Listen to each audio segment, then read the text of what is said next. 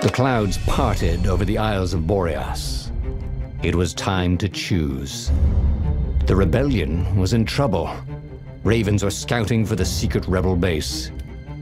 They needed a game changer. Pieces of the Sky Ripper had surfaced. Or so a scholar in the mountains had told him. Surely the weapon that banished the lost gods could defeat the Emperor. Also, a temple had risen out of empty desert. The Iblis stone was hidden there. It was a dangerous artifact. It could corrupt its user into a bloodthirsty monster. Maybe he could find a way to use it, to take its power without surrendering to its wickedness. And also, his old friend Lupino needed rescuing. Of course, Renato had a pretty strong suspicion that Lupino had betrayed the rebellion. But could Renato really leave an old friend to the Ravens?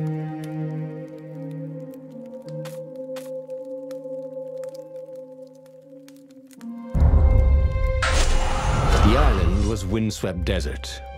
No one went there except ostriches and ostrich hunters. The Iblis stone. It would whisper promises in his ear, offer him power for blood. But this time, Renato was sure he could master it. And so, Renato went ostrich hunting.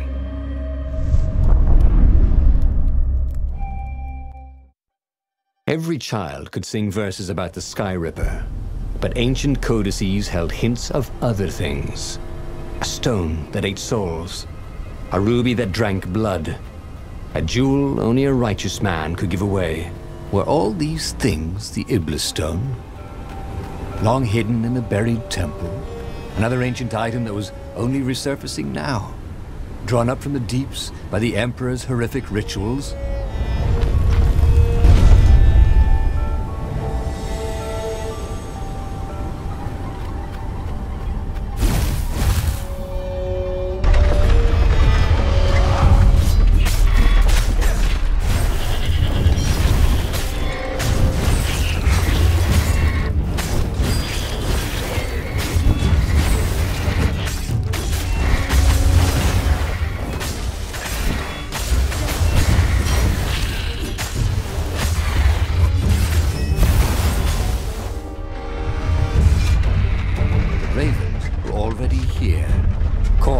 They were still searching for a way in. Good. Then he hadn't come too late.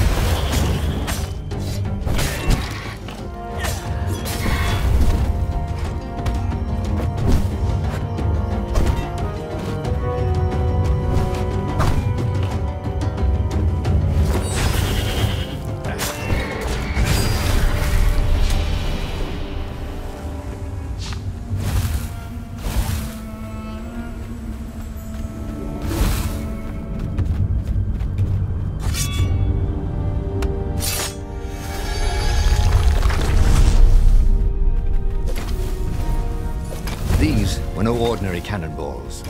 For one thing, ordinary cannonballs were black.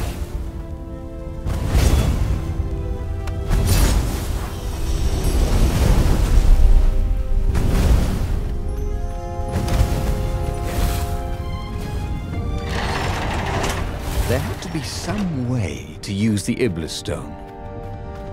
was old, wasn't it? People are so much cleverer now.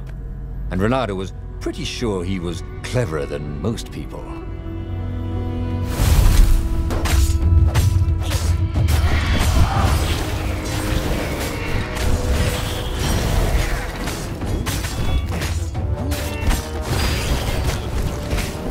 Just trying to teach you how to fly.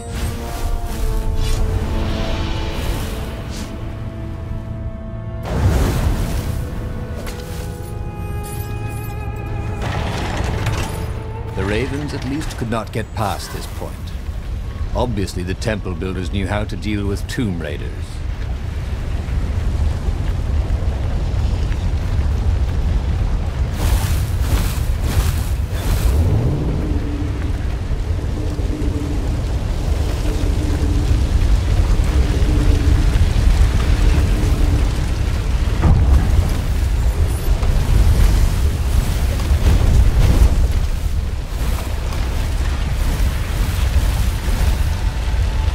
It was a stone of the purest blackness. It reflected no light, like a void made solid. Nervous, he picked it up. I can make you mighty. Who said that? Give me blood. It was the stone, eager, thirsty.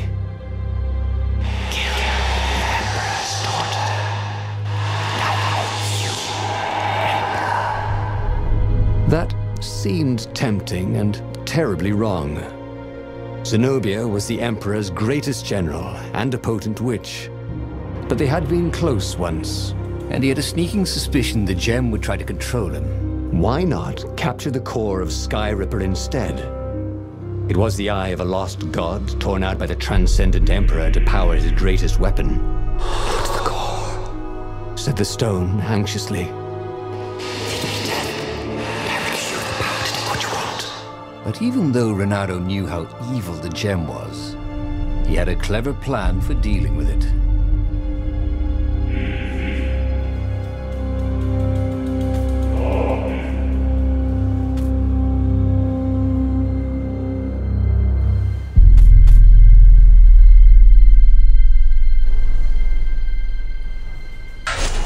Why was he listening to a talking rock?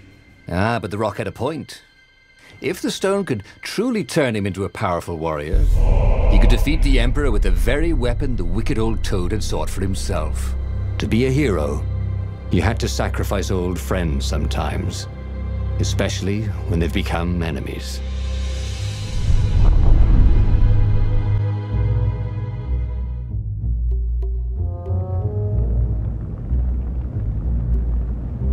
As he placed the impossibly black crystal in his gauntlet, Renato had a sudden vision. Charred fields covered in dead ravens below a black sun. Was it the time of the lost gods before the Transcendent Emperor? Was it the future? Feed souls, it whispered. Take the power. He could feel the stone's hunger for souls, its thirst for blood. All right, I get it. This was going to be interesting.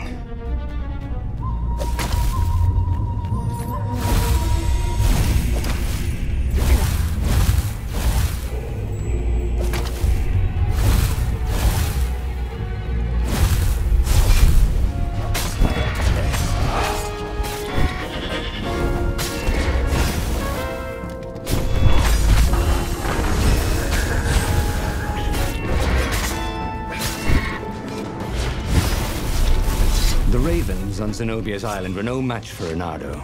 They screamed as the stones sucked out their souls. And with each death, he felt stronger. Take the power, the stone told him.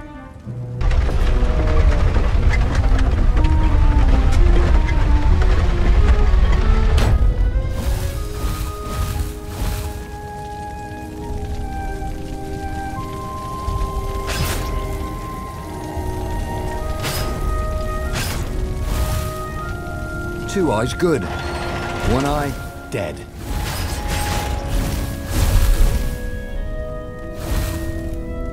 Zenobia was waiting for Renato. She was alone, confident as always. Fire danced at the tips of her claws. Are you here to surrender? She seemed as cocksure as he felt. But she didn't know he had the stone. And I've missed you too, love. He chuckled. She spotted the stone and bolted without another word.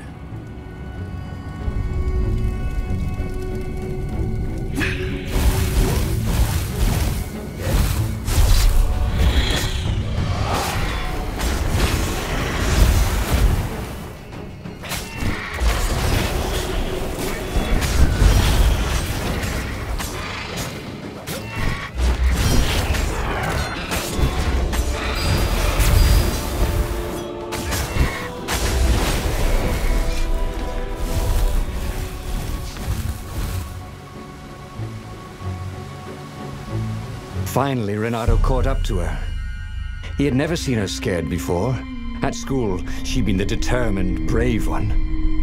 Now her eyes were wide, frightened. He didn't like seeing her this way.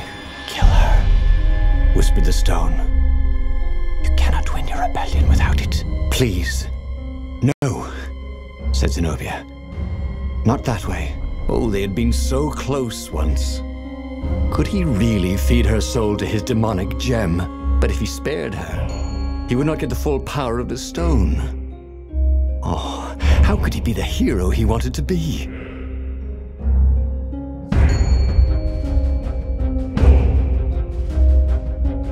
With a flick of his wrist, he slashed Zenobia's throat. Her eyes widened even more, and then the light went out of them. Renato felt amazing. Power was rushing into him like water from a burst dam. Oh, such brilliance, exulted the Iblis stone. Tasty. He felt a bit bad about killing her. He was pretty sure she still loved him. But needs must when the devil drives. Renato returned to the Farfarer and set a course for the Nexus. The Empire had a communication outpost there. He could call the Emperor directly. It was time to seize the outpost and let the Emperor know what he had done.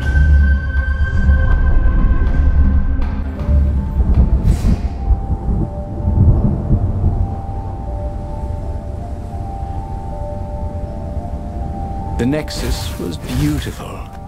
He'd never realized how beautiful. Everything glowed. The wind was so sweet. The sun so soft. The stones so warm. The black raven feathers. Black feathers. Suddenly, his eyes are filled with them. He's falling through smoke under a dead sun. A voice calls him home. Is this a vision? Whose? Is this the time of the lost gods? Or the future? No matter. What mattered now was killing his way to the Imperial outpost and challenging the Emperor from there.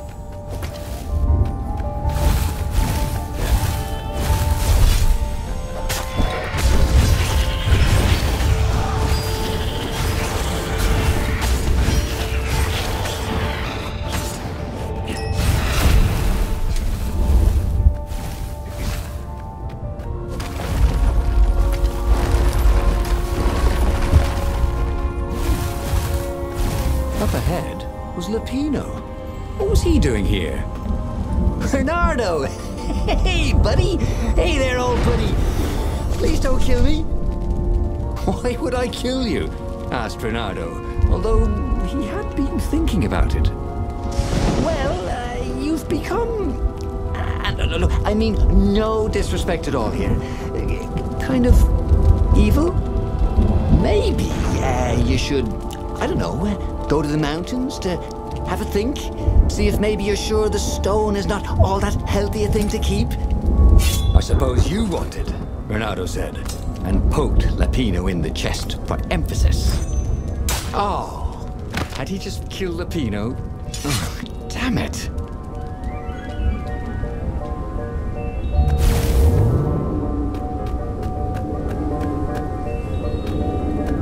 He'd go to the outpost, use their far speaker, tell the Emperor what he'd done, and then he'd go to the secret rebel base, let them know he was ready to lead them to victory.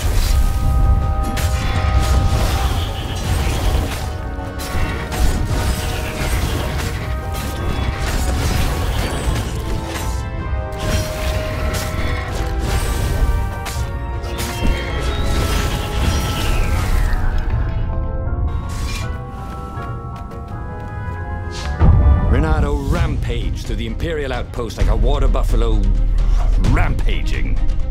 At the last moment, he remembered not to kill the far speaker toad. After all, he wanted a word with the Emperor. But there was only silence. Haha! The Emperor was scared, like little girl. Well, he would gather the rebel army and slaughter the Imperial fleet. Applauded the Iblistone. Tremendous. Then the Emperor would have to answer his far speaker, wouldn't he? Who are you? Asked a distant voice that sounded uncomfortably like Zenobia. What have you become? The mountains. Go to the mountains, urged another that sounded a bit like Lapino.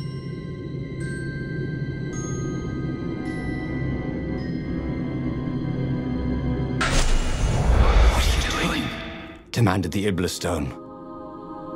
I need to think, Renato told it. You're not good at thinking, said the Iblistone. You're good at killing. It's what you do. It's your destiny.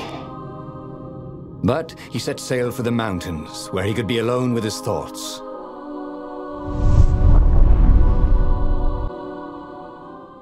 Why were there Raven Scouts here in the empty mountains? Was there nowhere he could find peace and quiet? There were other ravens here too. Shadowy ones, transparent, lining the path. Ghosts.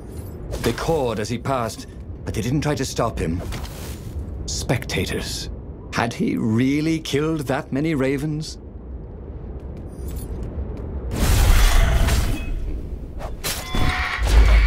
Everybody knew you shouldn't trust a raven further than you could throw her. But did vertical drop down?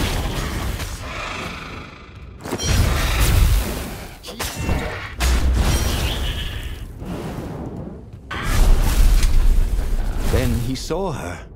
Zenobia. She was a ghost too. She ran off when she saw him. How could a ghost be afraid? He followed her. He had to.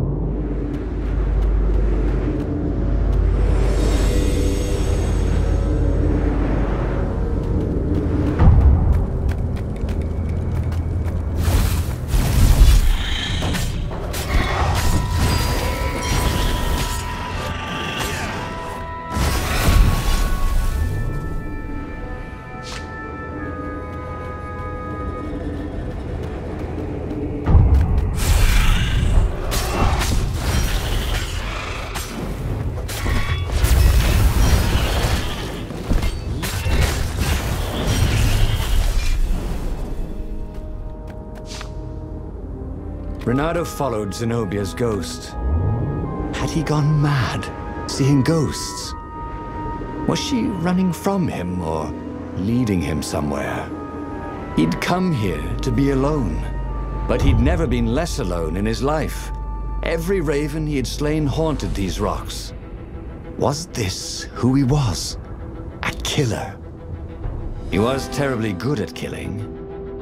He was an adventurer. Or was that just another word for killer? You kill, whispered the stone. It is what you are master of. Embrace this destiny.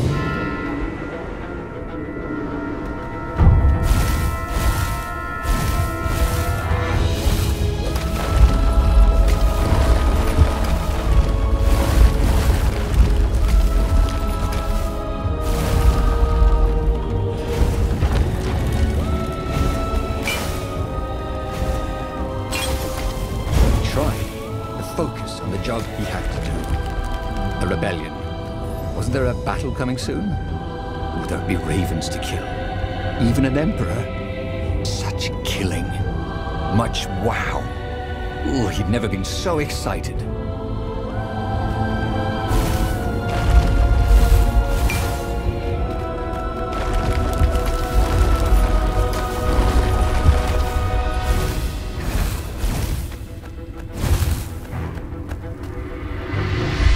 At the end of the mountain path, Zenobia awaited him. Why did you kill me? She said. I was your prisoner, and I loved you. I needed the power, he said. Haven't you heard? There's a war on. Then what's your excuse for killing me? Asked his old friend Lapino, stepping out of the shadows. Because a filthy traitor? Said Renato. For once, Lapino didn't reply. The demon has twisted you, said Zenobia. Abandon the stone. You've lost too much already. Her words bit deeper than any sword ever had. So he shook his head, and once again swung his blade through her and Lapino. It had to all mean something. If he gave up the stone now, he would have sacrificed Zenobia and Lapino for nothing. So, Renato set course for the Imperial fleet, where he would end it all. The Emperor, the war, the madness.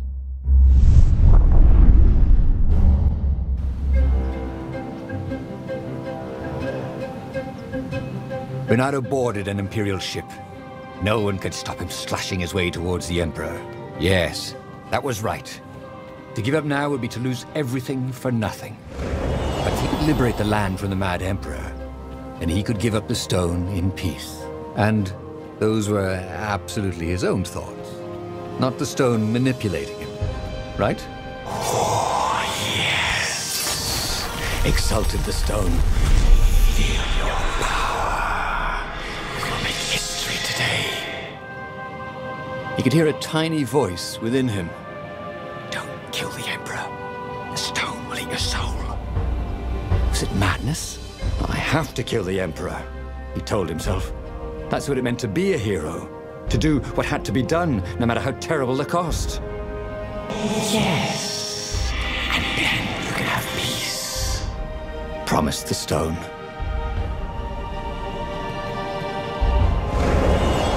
There it was again. The back door to the portal that went to the center of the fleet.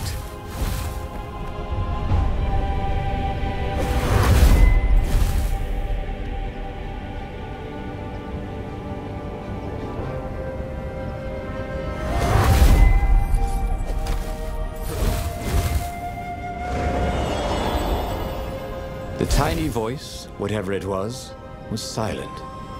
He couldn't see ghosts around him, but he could feel them. If he gave up now, they would be angry.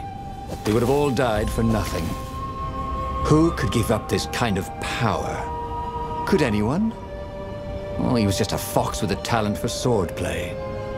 How had this burden come to him? The Emperor offered the sword.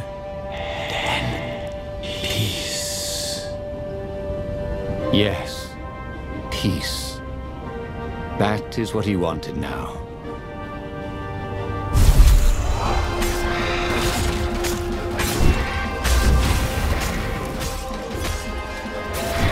What kind of raven can't fly? Thought Renato.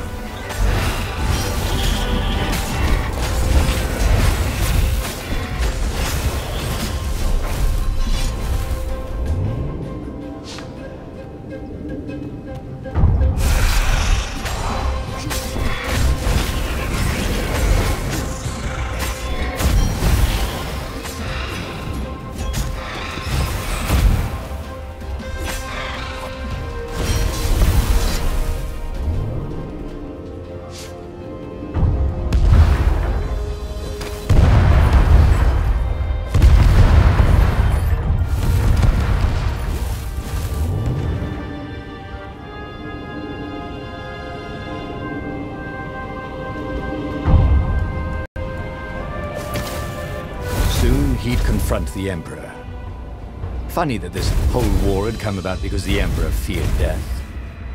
And now it was coming for him. There was some sort of lesson there, wasn't there?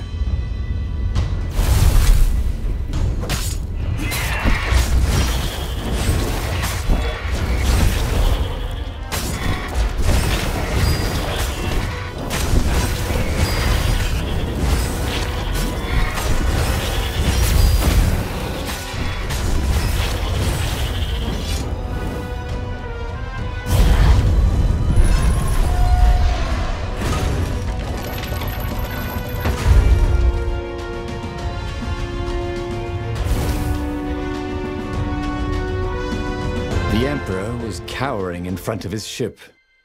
No, please don't kill me, Croaked Emperor Isengrim III. Here, take the crown.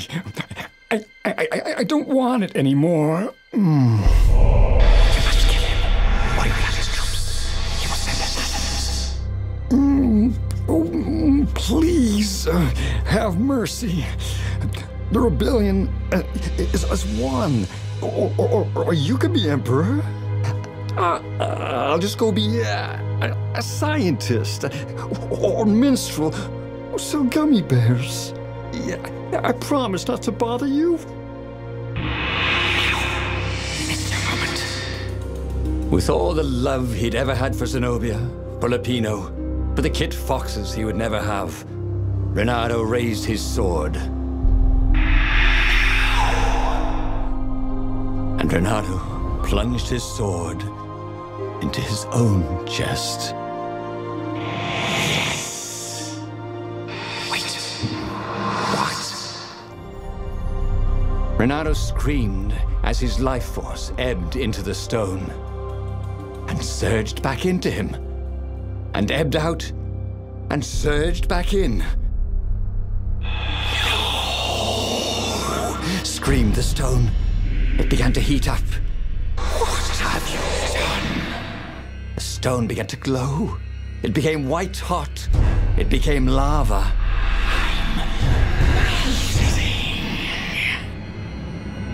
Nice knowing you, said Renato, as the lava ran like butter. And he died. He should go back to some of the choices he'd faced before. Maybe there were new paths that had opened up, like those doors he was opening up all over the map that took him to new treasures and around his enemies. And he hadn't learned anything new this time. He'd done the same thing twice, yet expected a different outcome.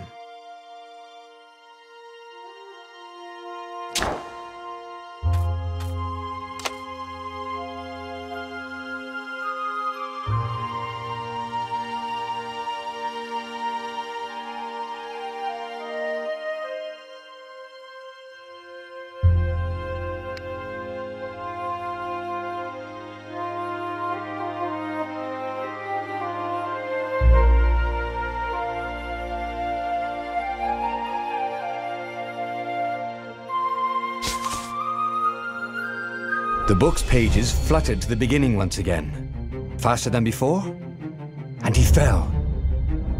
The clouds parted over the Isles of Boreas. It was time to choose. The rebellion was in trouble. Ravens were scouting for the secret rebel base. They needed a game changer. Pieces of the Sky Ripper had surfaced, or so a scholar in the mountains had told him. Surely the weapon that banished the lost gods could defeat the Emperor. Also, a temple had risen out of empty desert. The Iblis stone was hidden there. It was a dangerous artifact. It could corrupt its user into a bloodthirsty monster. Maybe he could find a way to use it, to take its power without surrendering to its wickedness. And also, his old friend Lupino needed rescuing. Of course, Renato had a pretty strong suspicion that Lupino had betrayed the rebellion. But could Renato really leave an old friend to the Ravens?